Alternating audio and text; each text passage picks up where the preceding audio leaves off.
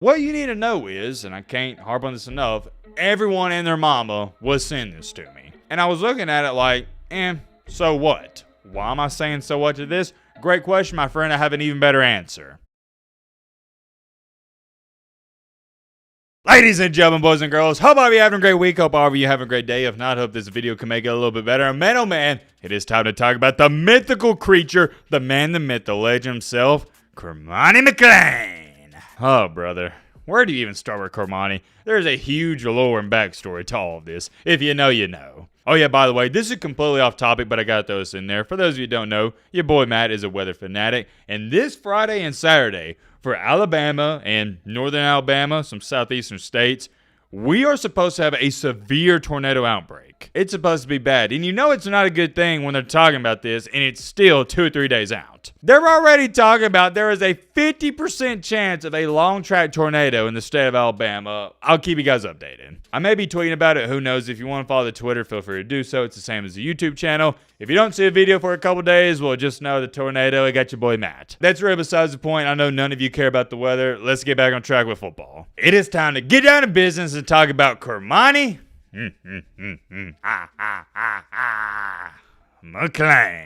I'm gonna keep it a Fortnite V-Buck with you. I didn't think this was a big deal. I've seen it. I've paid attention to it, but I didn't think it was worthy of a video up until this started happening. The amount of people that have flooded me in my inbox, whether that be on Instagram, Twitter, and just the amount of people in general, right in the YouTube comment section and tweeting at me, "Yo, Matt, how come you're not talking about this situation with Cormani? Yo, Matt, you spoke about all the bad things about him, but you're not going to speak about this? What's going on, man? Matt, you really going to be like that? Now he's balling out and you're all quiet?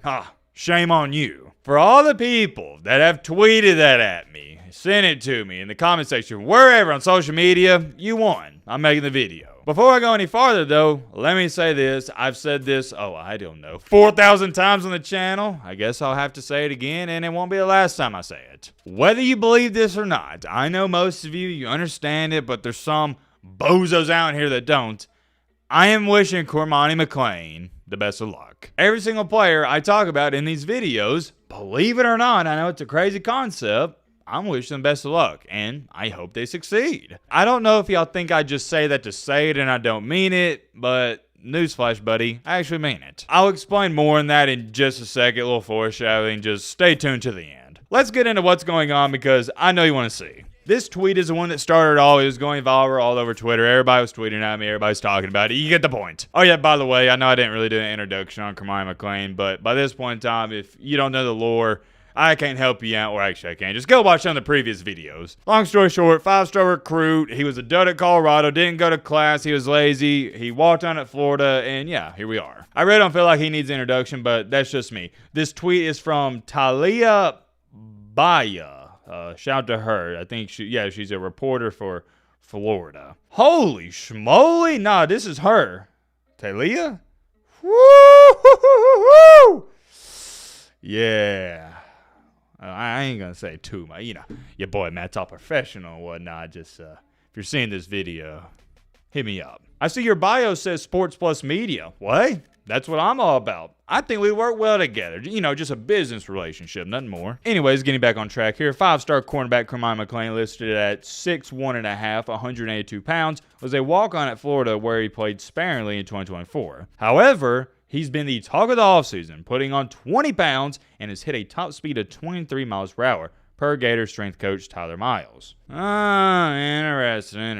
That's the thing that got all this stirred up. What you need to know is, and I can't harp on this enough, everyone and their mama was sending this to me. And I was looking at it like, so what? Why am I saying so what to this? Great question, my friend. I have an even better answer. Cormani McClain balling out and hitting a top speed of 23 miles per hour doesn't shock me. You know why it doesn't shock me? Because I know how good he is. Y'all gotta understand something. I have never, go watch the previous videos, I have never ever in a million years questioned Cormani McClain's talent. Not once. The only thing that's been in question with McClain, and anybody tell you this with 2 functioning brain cells, it's not hating, it's reality, is his work ethic and attitude.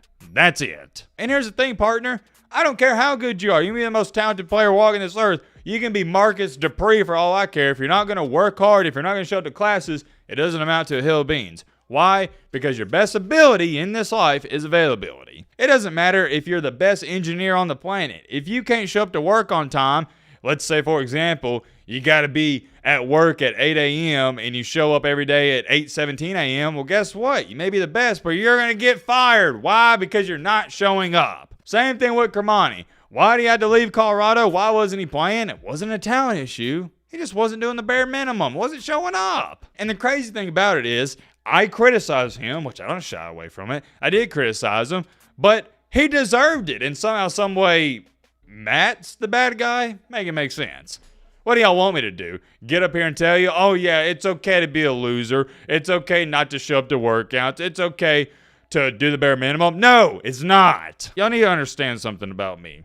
I'm never going to ask anything out of anyone else that I wouldn't do myself. I'm not trying to get all corny and motivational and inspirational with y'all, but I hold myself to a high standard. Therefore, when I hear of a story in a situation like Cormani's when he was at Colorado and you can't even show up to the workouts, it's like, dude, I don't feel sorry for you. And yeah, I'm going to critique you. It is what it is. People get it twisted. Being a winner in this life has nothing to do with making it to the NBA, NFL, MLB, NHL, whatever professional league you want to play in. It has everything to do with reaching your potential every single day. If your name is Brandon, your goal every single day should be to squeeze every ounce of potential out of Brandon that you can. And if you do that, you sleep peaceful at night, guess what? You're a winner in my book. The problem is with Monty is he knows it, I know it, you know it.